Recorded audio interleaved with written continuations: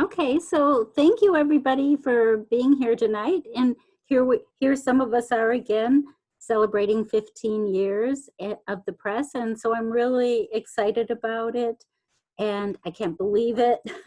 And I hope for many, many more years. The reason I started the press was mostly because of translations. Those are the most important thing to me. And then I started publishing other types of work. And I love work that is unique and has a really strong voice to it. We published 200 books, well, really over 200 books now. And the press has grown very much and we are extremely active.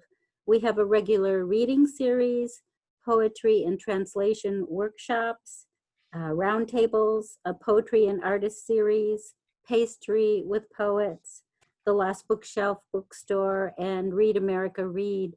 And for the past 7.5 years, we've been at the Armory in Somerville. And if you're in the area and have not been, when it's open again, I hope that you will come check us out. And if you want more information, please, please check our website, rather not contact it. So our first reader is Matthew Hamilton. Červená Barva Press published The Land of Four Rivers in 2012 by Matthew, and here it is.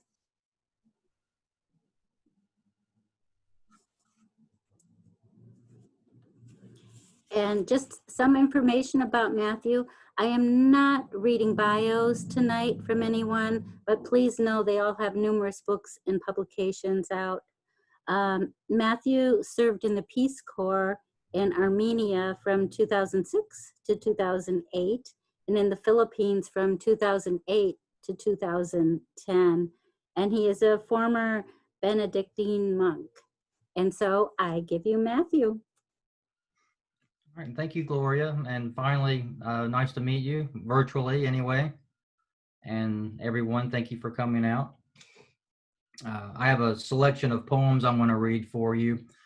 All of them are dealing with, or most of them are dealing with our current state of the world today in the United States. Me being in an interracial marriage, we've had quite some experiences here in Richmond, Virginia, where we live.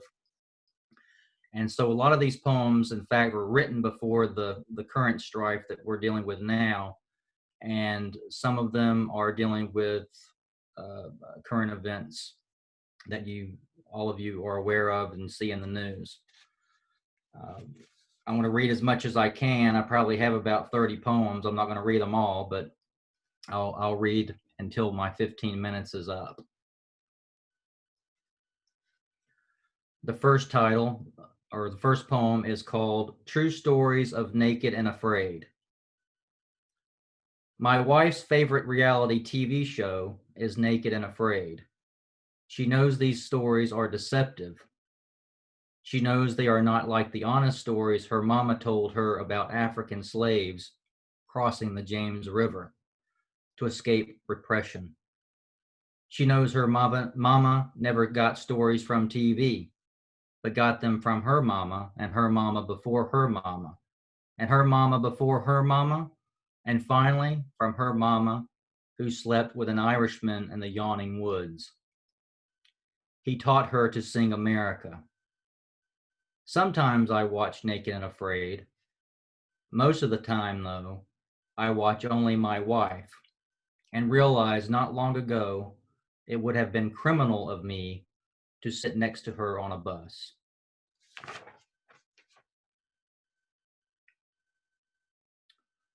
Monument Avenue in Richmond, Virginia.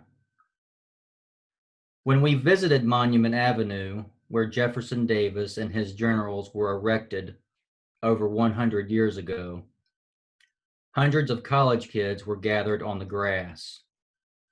2 kids on skateboards were going from monument to monument with cans of spray paint and writing BLM and freedom on the pedestals. 2 other kids were selling t-shirts and popcorn. We didn't get out of the car. My wife closed her hand around her mouth as we drove away, back home to snuggle with our books written by black and white men who gave a damn.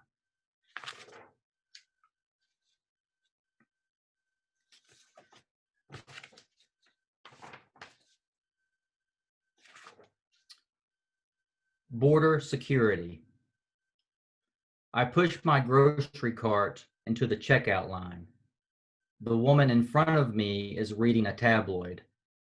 She points to a fuzzy photograph of a suspected terrorist, says, "A border wall will keep us safe." Sudan is a 14-hour flight from here, perhaps farther, I say, across an ocean. Well, I'm glad of that, she says. The clerk is a Sudanese man. I've known him for years. No threats, no security breach, no imminent threat. They all look the same, tabloid woman jabbers. A hand covers the crooked side of her tactless mouth. Her lipstick is too bright a color for a woman her age, although her attitude passes for a privileged 13-year-old. I want to punch tabloid woman in the face, but instead, wisely, I shake my head at her ignorance.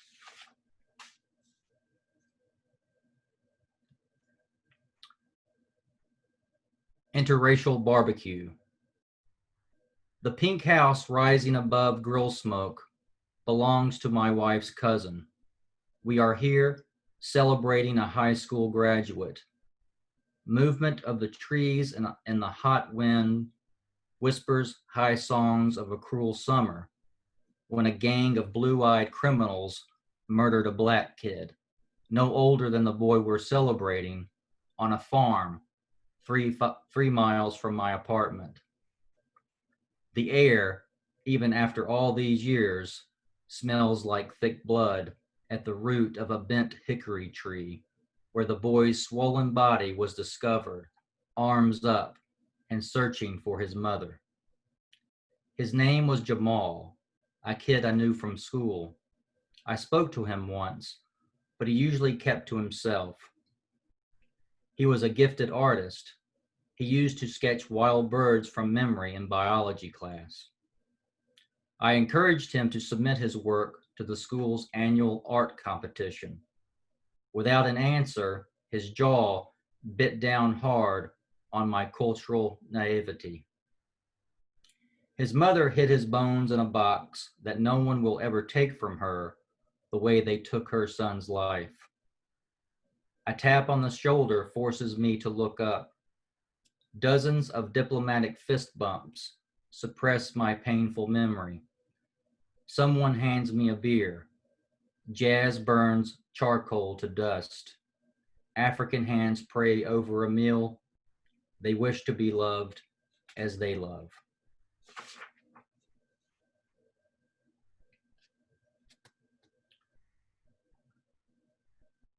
Yankees invade Jimmy John's. 3 men wearing blue reenactor frock coats march up the cobblestone street outside of Jimmy John's, discussing their best course of action, frontal charge or flank, pressing against the heavy door. Home is that way, I say, pointing my rebel finger north. A century too late, my wife says. Humor escapes her Namibian accent. I wipe off gray sweat, open the door. Bells jingle like infantry accoutrements. After you, I say. One of the Yanks nods a thank you, an historical marker deep with remissive ghosts.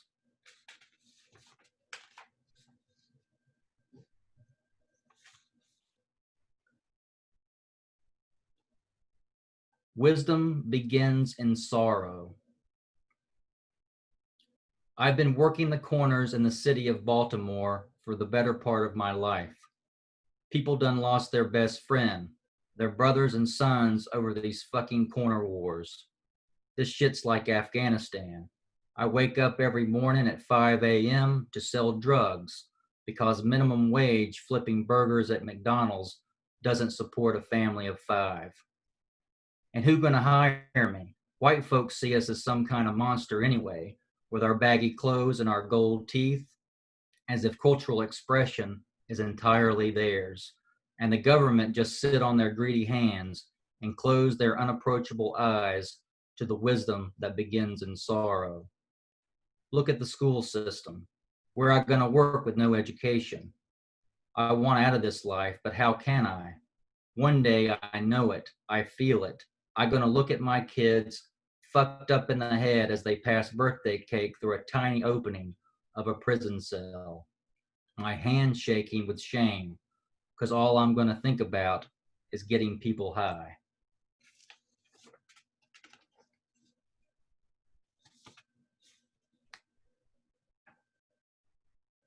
Why can't we all just get along? I was 16 years old when a platoon of cops beat Rodney King to his knees. I watched the video, the whole shameful thing, imagined what it was like to be black, but my white skin told me if I ever sped down the highway like that, even if I was holding a bottle of booze in my legal hands, or if I was foolish enough to take on a platoon of cops, everyone knew for sure my face would not have met the callous blur of a speeding baton.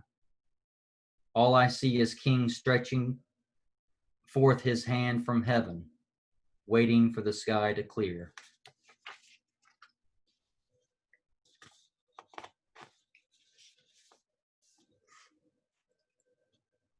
Star-Spangled Banner.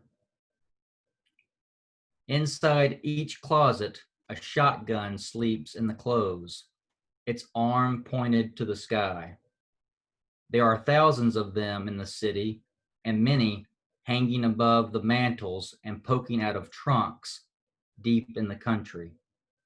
They are within easy reach of men not afraid of the dark or the police, not afraid to dismantle a country that fought to set them free.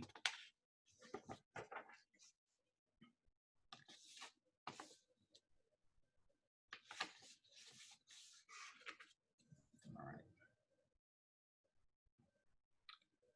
A can of worms. I was raised in a small, all-white town in North Carolina to middle-class white parents who scratched their way to the comfortable life. Their hard work provided me with food on the table and a roof over my head. The neighborhood pool was expensive to join, but no one questioned it. Kept the rabble out, my dad used to say, which was understood to mean non-white people. I held summer jobs given to me by white people. I was educated in mostly an all-white school and learned about people who looked like me. Non-white people were listed in the appendix.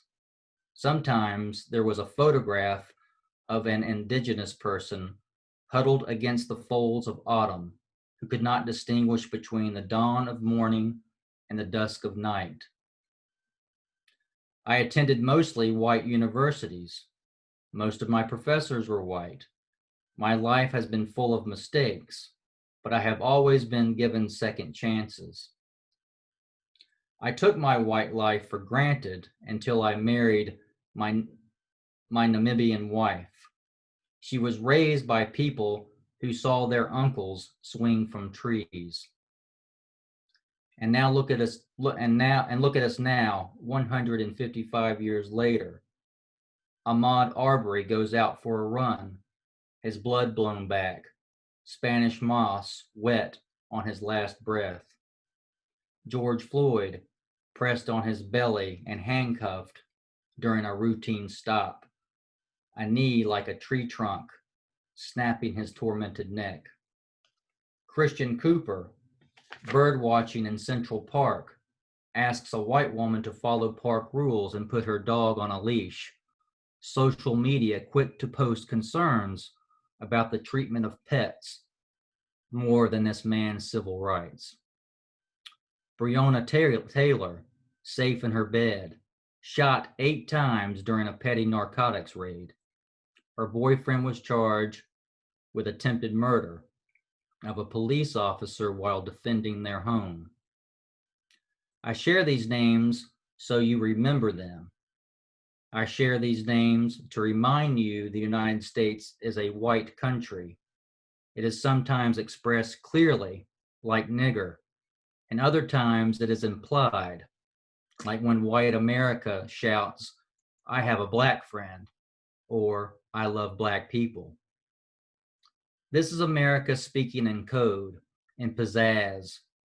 This is America cultivating watermelon.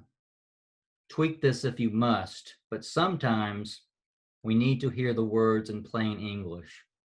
Not all poetry needs to be written in metaphor. We need intelligent discussions about race. We need people brave enough to open up a can of worms and eat what is inside.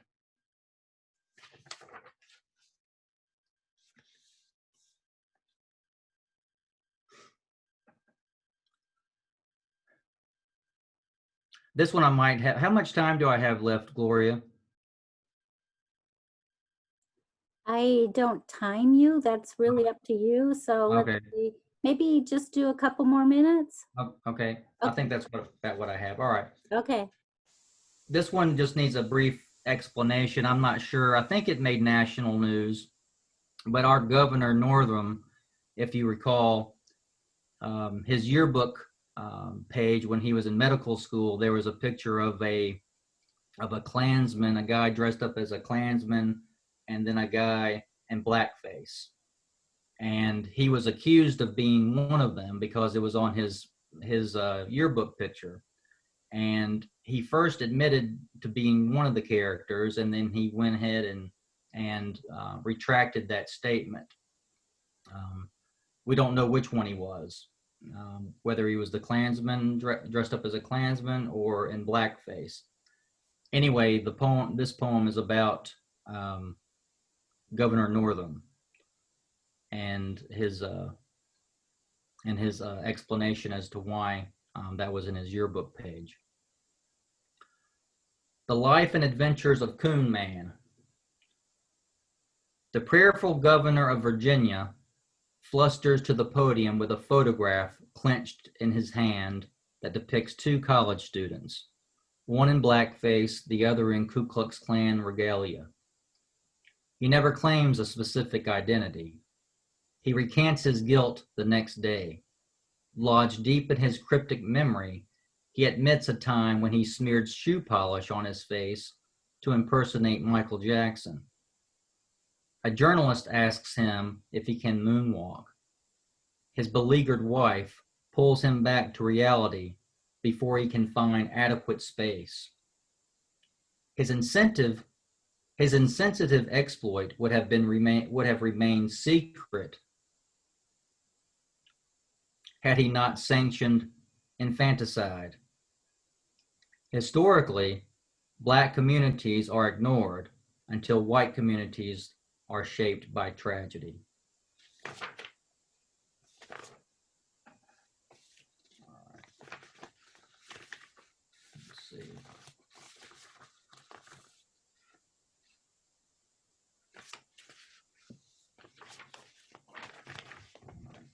I'll read one more.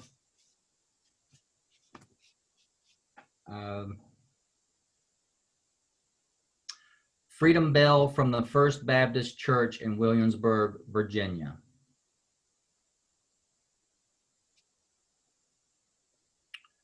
We give tribute to my wife's grandmother, an icon of stability and grit, like the resilient hands that built this church in 1776.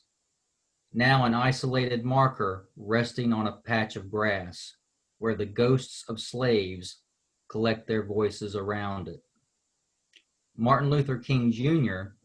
stood in this very spot and spoke about the fire hoses, the barking dogs, the lynchings. He did not incite violence. His turned cheek louder than any voice. His tears more effective than any gun. his hands the brick and mortar of love's forgiveness. I rang the bell, then kissed my wife's indebted hand. It was all God. I'm still shaking from it. Thank you.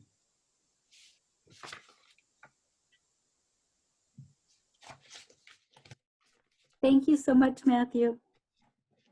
Thank you. Okay. And can you mute yourself? Yes. Okay, thanks.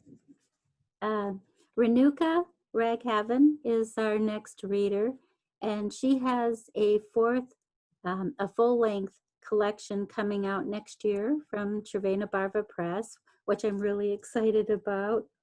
She does publicity and fiction reviews for Cervena and a million other things. I'd be lost without her. She's poetry reader for Indolent Books and is co-founder of the Poetry Sisters Collective. And she also reads for the Lily Poetry Review. And I give you Renuka. Thank you, Gloria. Thanks for having me read tonight. So I started off as a fiction writer, and I came to poetry much later. So tonight I'm going to share some new small fictions, and then I will end with 2 poems for you. So here we go. Coyotes. Fearless, this pack sees me again on the dirt path, bypassing the tall thicket of grasses that stand on end like stubborn morning hair. They huff and puff, they snicker and snort like the vulgar boys of my youth who clung to the chain link fence, disrupting my swim meet with their, "Hey babe, my vanilla needs some caramel on top," and "Hey babe, why don't you ditch the suit?" But these dogs are far more cunning. They are the ruling street gang with their brindle fur and drone-worthy night vision. These dogs spurn my feckless gestures, unconfirmed prayers. They motion to each other, slow and terrible, a silent lexicon unknown to me. They let me pass this time. They know I'll be back.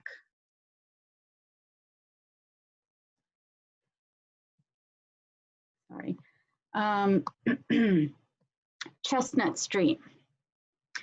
Only a few people and maybe 2 stray cats remember when this house was purple, not tan. Every autumn except the last, a white Maltese often frolicked through the yellow ginkgo fans confettied on the sidewalk like he was too late for a parade. A pair of wood plank swings hanging from the giant oak out back rock themselves to sleep in the shade of the late afternoon sun. Farther up the street, close to the dead end, an infant loses her binky each day right around 5 o'clock. Mr. and Mrs. Miller from the yellow house on the corner sit on their porch and loudly discuss the origin of the word crocus as she sprinkles water on hers. "It's Greek," she shouts. "No, I think it's Hebrew," he shouts back. "It's actually Sanskrit," I yell, "for saffron."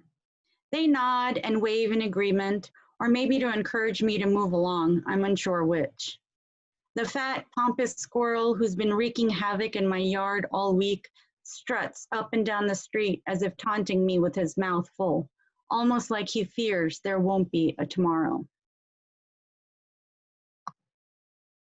So when I was picking stories for tonight, my daughter said, "All your stories in poetry are about death. Don't be too deathy." So just fair warning, it all goes downhill from here. J35. I'm sleeping under the skylight, poorly serenaded by the late afternoon summer storm, when he says to me, "Have I ever told you how your eyes remind me of the ocean? You know, when it's so blue, it's almost black." Only he's looking up at the skylight too, not in my eyes. His hand is slack behind my back before snaking its way to rest on my abdomen. "Jesus, thank God we dodged that bullet, babe," he says. Savory aromas from the Italian restaurant across the street waft in through the windows opened only slightly. NPR plays on the radio. A killer whale is carrying her dead calf around somewhere off the Pacific coast. They call her J35. Sometimes she swims by nudging the carcass with her nose. Sometimes she grips the dead whale's flipper in her mouth. If the calf drifts away, she dives to retrieve it. It's going on the 11th day now. Fish are so weird, he says. Orcas aren't fish, I say. They're mammals. So this next piece was initially inspired by a good friend of mine who lost her husband last year. So this is Event Horizon. After you died, I felt like kissing your pillow before ripping it to shreds, stuffing the feathers into a burrito and eating it with enough sriracha on it to make my nose run. But it wasn't because I loved you or missed you. It was because you collected National Geographic magazines since college, and now a small stack of those yellow bordered books lay under the mail slot, covered in dust, the dog's piss, and other domestic detritus I can't be bothered with anymore. It was because you would quote Pushkin or Gogol whenever I asked you to take out the trash.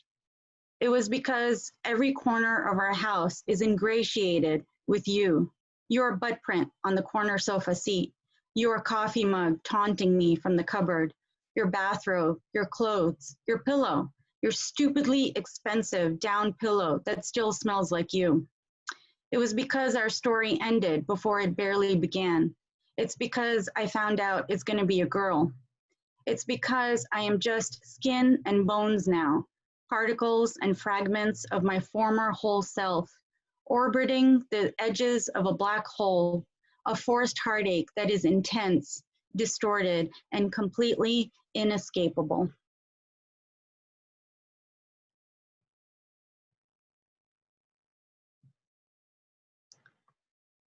Lights, camera. It's my unabashed, morbid curiosity that takes me to the dead girl's TikTok feed.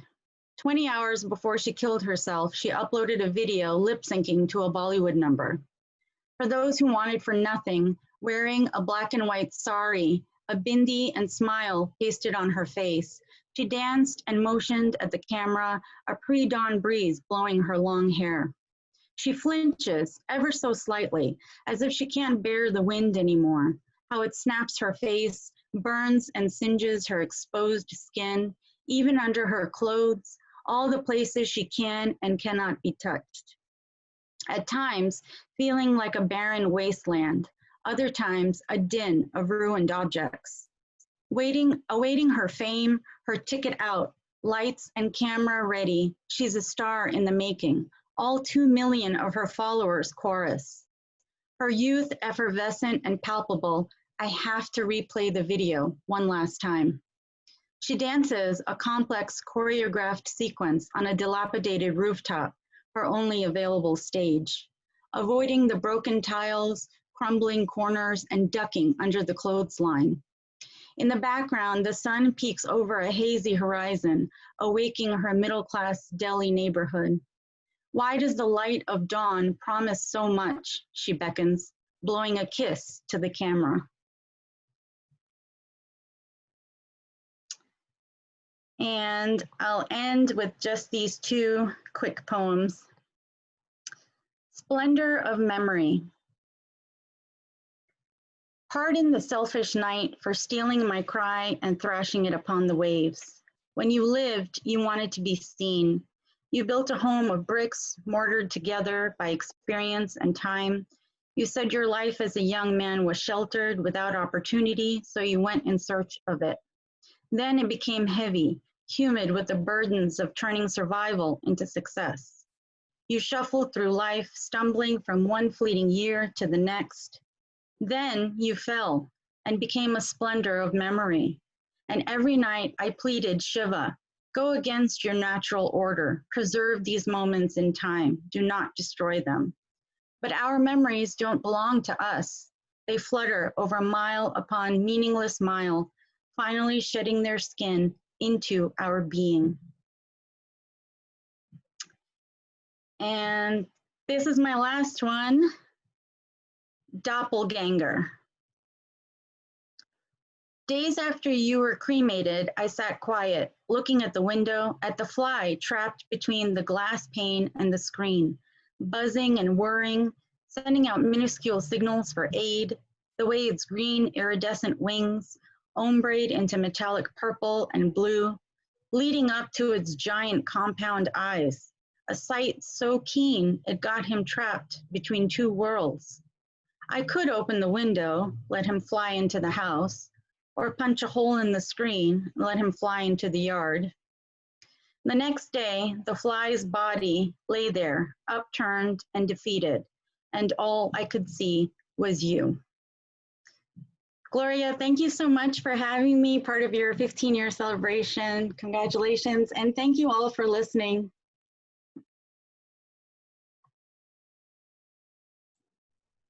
Thanks, Renuka, so much.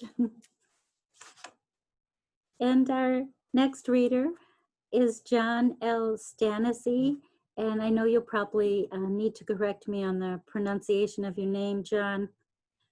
He has a book called Chance that was published by the press in 2019. His work has been featured on the Writer's Almanac, I can't even say that, and he teaches English at Manchester College. And I give you John. Hi, everyone. Thanks so much. What a difference between the readings we're used to, huh? When we're all jammed into one room in person. This is the first Zoom reading I've done, and it feels very strange. I prefer to be actually with you. The book that Gloria did for me is called, I don't know if you can see that, Chance, C-H-A-N-T-S. And it's a book of, it's a memoir, but it's all done in sonnets. So every poem in the book is a sonnet, and I'll read a few of them for you. The first one is called Americans, and it's about how my grandfather, when he came here from Italy, changed the Italian names of all his kids so they would sound more American, because he was humiliated by his Italian heritage. So it's called Americans, and it has an epigraph from Genesis. Check the time. And so the epigraph is, and he said unto Abram, know of a surety that thy seed shall be a stranger in a strange land that is not theirs. So this is Americans, Hartford, Connecticut, around 1919. Angelo became Sonny because he was the firstborn, followed by Rosario, who became Ray. Then Raphael became Ralphie. Francesco became Frankie, and Giovanero was John. Then the first girl, Emanuela, was born. She became Minnie. And then there was an oddity. They named the next child James, a terribly non-Italian sounding name to be sure. Then there was Giuseppe, who was Joey. And the last child was Carmela, which they pronounced Camella with no R, the same way Grandpa kept the O from our last name, Stanizio. He said Stanizzi sounded more American.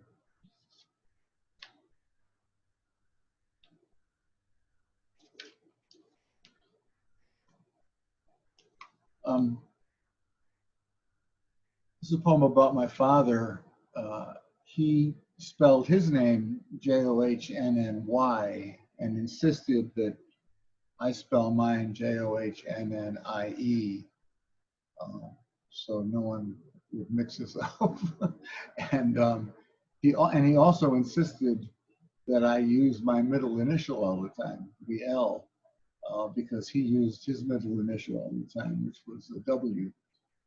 So this is Johnny with a Y, Hartford, Connecticut, 1949. Johnny was my father. I am Johnny.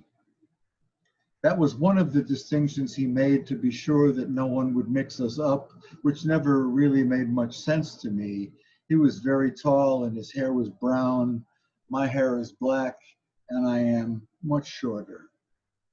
You'd think that he'd be satisfied with that, but just to be absolutely sure, he assigned the middle initial L, which he told me I'd always have to use, while he took the more sturdy W. Just want to be sure they don't mix us up. Giovanniero was his actual name.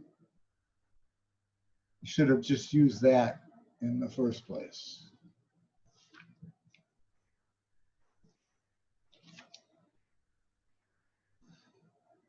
This one is called Night, and I spent a lot of time growing up with my aunt, she was like 4'11", and her nickname was Big. It was like whenever you see a 500-pound guy, his nickname is always Tiny, right? That's the same kind of thing. So this is called Night, and it's after my aunt, Biggie Caparella.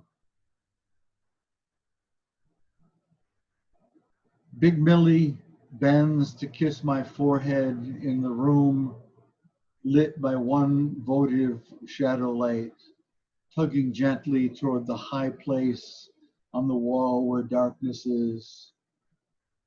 When her lips touch my skin, I close my eyes for a moment. And when I open them, she is fading into the coppery light, and I can tell that she is certain that I'm sleeping and not watching her leave the room, the glow of candlelight revealing in her eyes her love for me, but also a subtle fear, the candle burning down and going out, hard wax, the morning's harsh light, and the sounds of the street rattling in the window panes.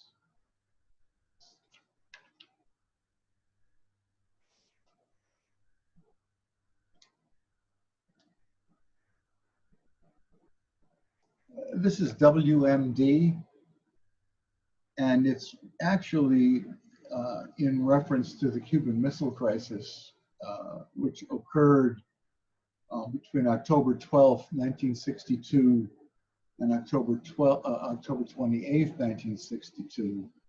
And in that span of time, I spent most of the time crying into a pillow on the couch because I sensed, even at my young age, that something horrific was possible, and I didn't understand quite what it was. So this is WMD, the Cuban Missile Crisis.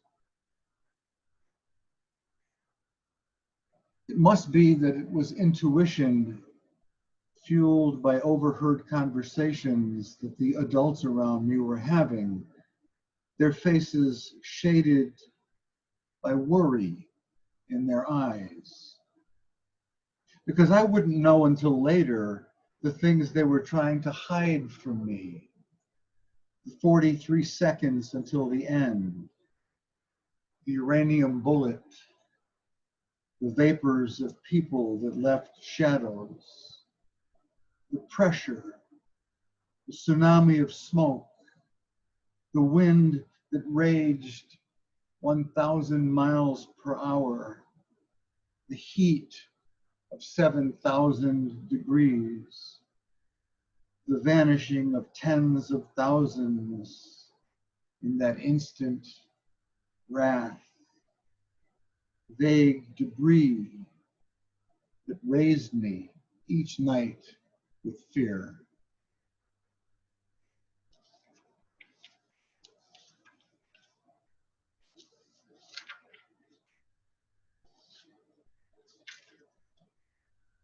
I went to Catholic school from kindergarten to 8th grade, and apparently I survived. So this is a true story. Well, you'll see. It's called Faith, St. Mary's School, 1956 to 1962, Faith.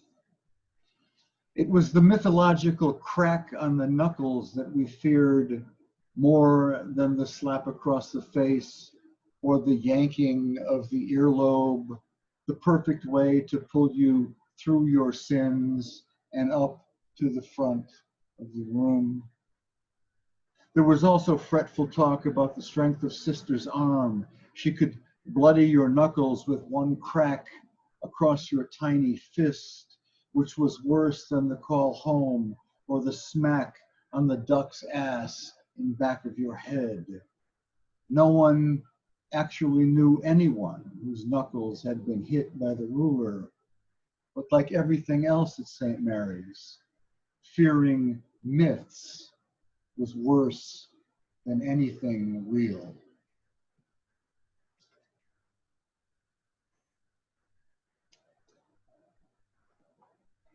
Another St. Mary's one, it's called Cry to Me, from my best friend Greg, around 1962, I suppose. And my guess is that everyone can relate to this one in one way or another. We walked through some heartache in 62. Gary liked Teresa, but Teresa asked Elizabeth to tell Peter that she wanted to go out with him, but Peter had been making out with Jane in the theater, celebrating their 1-month anniversary. So that was out. And even though Jane broke up with Pete, Peter kept asking Gail to talk to Jane, which Gail wouldn't do because she told Brenda that she thought that Peter was cute, but Brenda wasn't listening to a word, wrapped up in lonely teardrops for Greg. The waters of 8th grade were never still.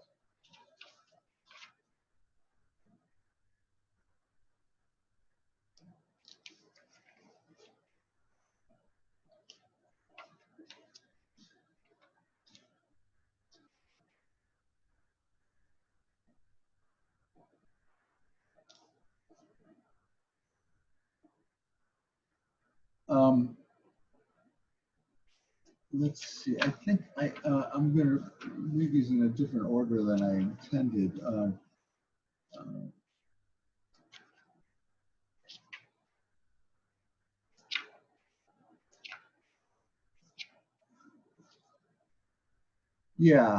This is called Awakened. November 22nd, 1963, East Hartford High School, 2:02 p.m. 9th grade English, just out of Catholic school. I was not yet adjusted to the outrageous idea of a public school. No uniforms, and teachers who were men in street clothes, not dressed in black with stiff white collars and faces of gravity, and women teachers with hair on their heads that we could see, and dresses like our moms, and liberty to fall asleep in class. I was sleeping when I heard the static of the PA 13 minutes before the end of school.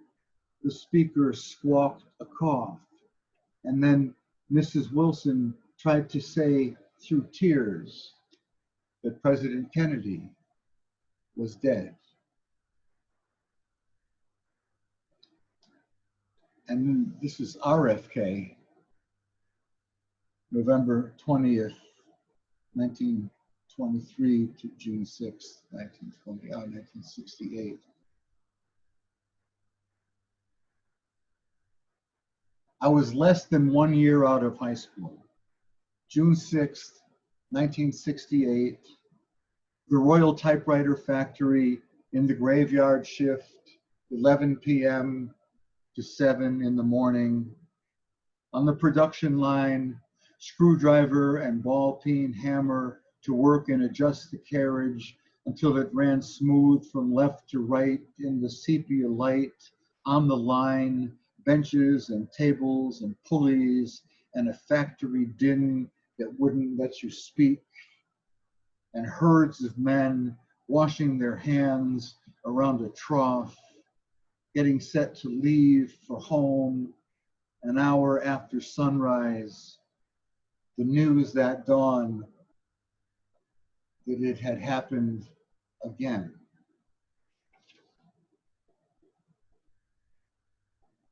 This is called Goldfinch. It's an extraordinary experience I had. I was sitting on my back deck and it was raining, and it was late October, and so there were dead leaves around, and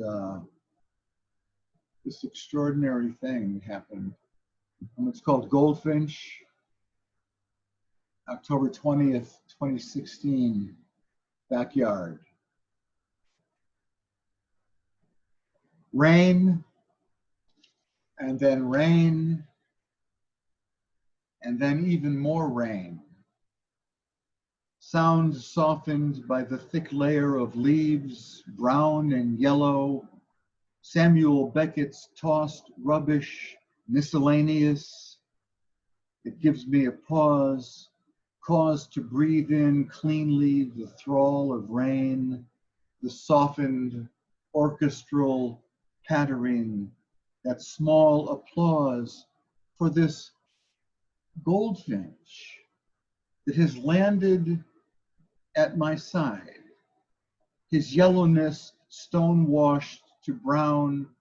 He quenches his thirst, drinking from a wet leaf near me, near my chair. Gentle thunder roll, and I am inspired to pick him up.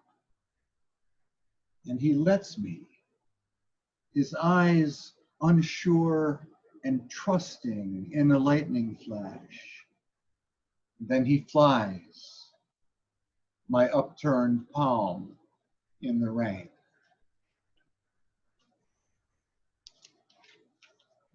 I lost my best friend in Vietnam in 1968. He was there fewer than 3 weeks, and he was killed by a sniper 1 week after his 19th birthday. And his name was James Walter Sincere. November 15th, 1949, November 26th, 1968, Quang Nam, Vietnam. What had happened was I had sent him a box of some civilian shirts and a few record albums and whatnot. And I sent them at about 9 in the morning, and about 3 in the afternoon, I learned that we had lost him. I found a box that seemed just the right size to fit both of your blue button-down shirts and your battered old copy of Thomas's Portrait of the Artist as a Young Dog, stolen inexplicably from the school library at East Hartford High School. I think it had to do with your presumption that Bob Dylan and Dylan Thomas had some cosmic connection that included you. I also sent you Blonde on Blonde that day. I mailed the box at 9 a.m. and by 3, Suzanne told me that you were dead. And for years and years, I've wondered, who got your box? And did they love the things inside?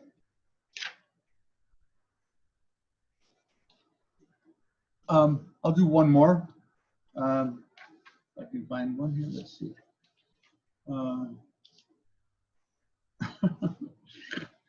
Okay.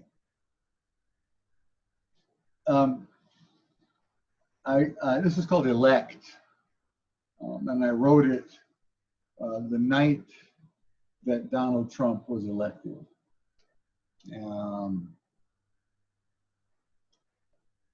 So this is Elect. The air has mass.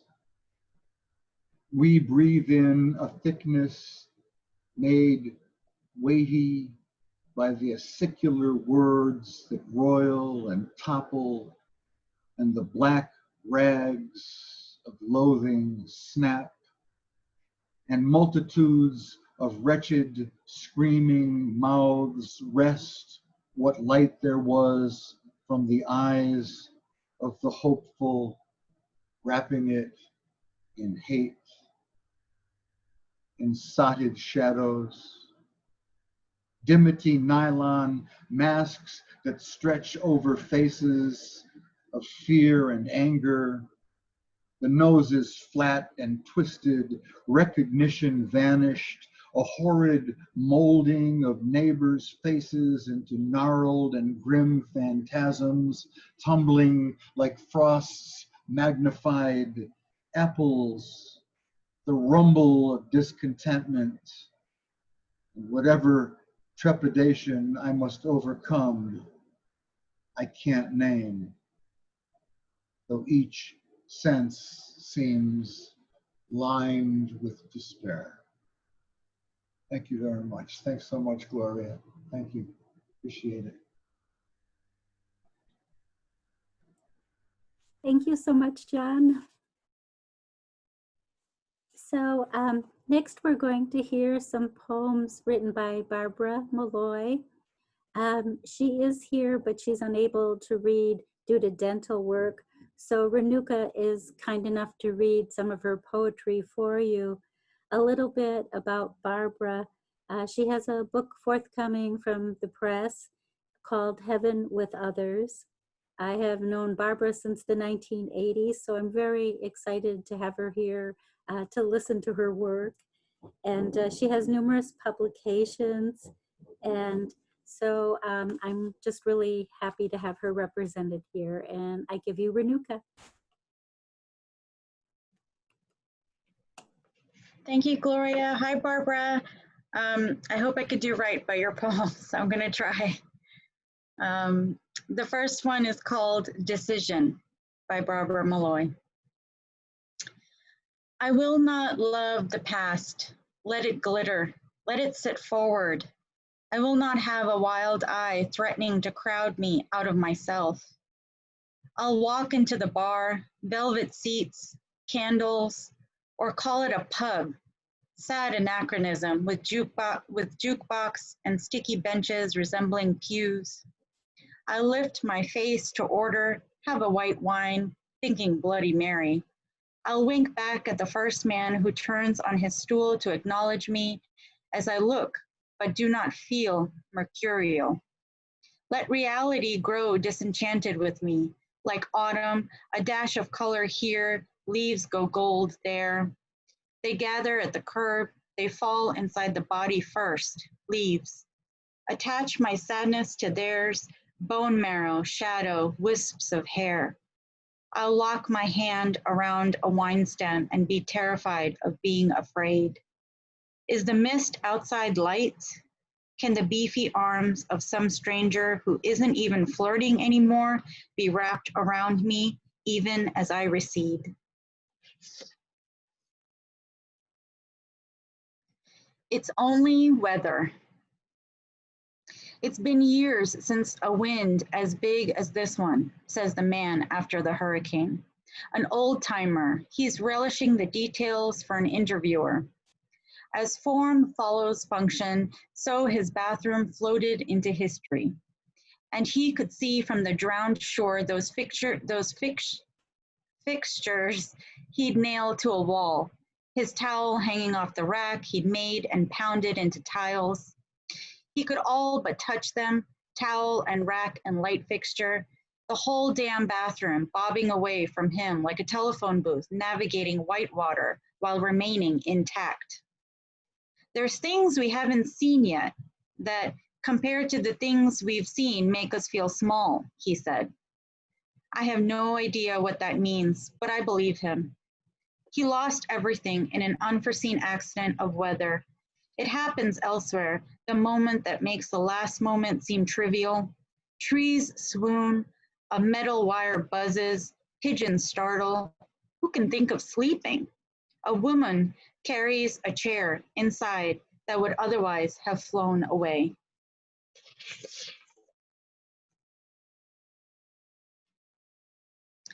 Breeze. It comes back, a day like this one, late August or September, as though the breeze stirred itself from the anachronism of my Catholic heart.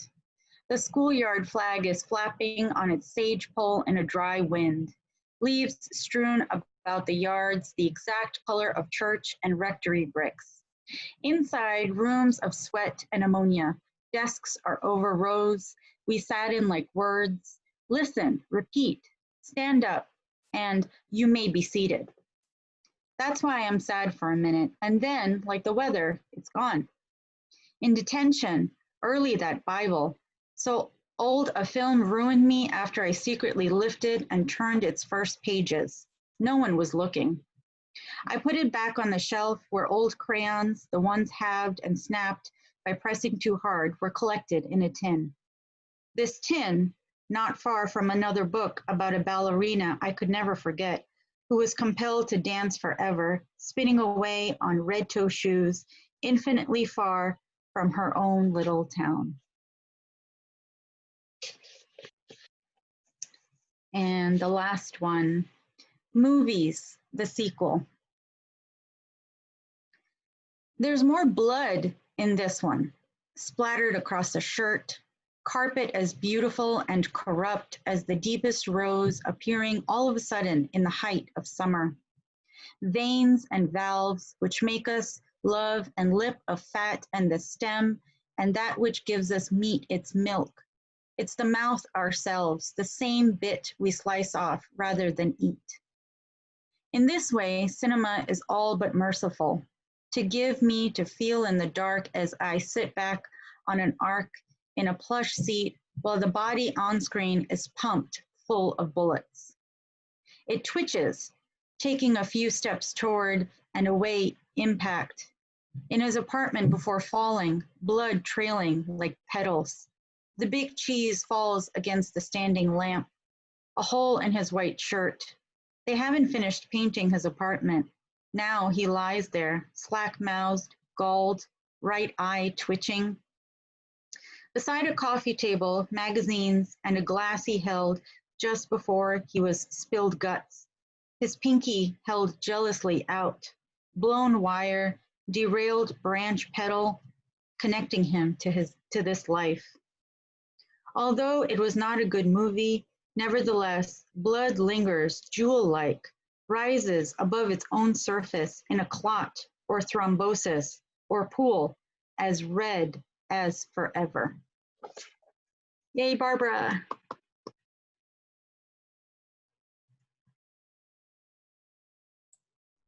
Thank you so much, Renuka, for reading Barbara's poems. And Barbara, thank you so much for being a part of this.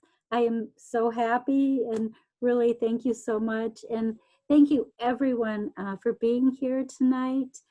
Tomorrow we have Nina Alonso, Krieger der Hohanesian, and Doug Holder. So I hope you will join us. And thank you to the readers. Can we give them another applause? And thank you to the Červená Barva Press staff that are here tonight.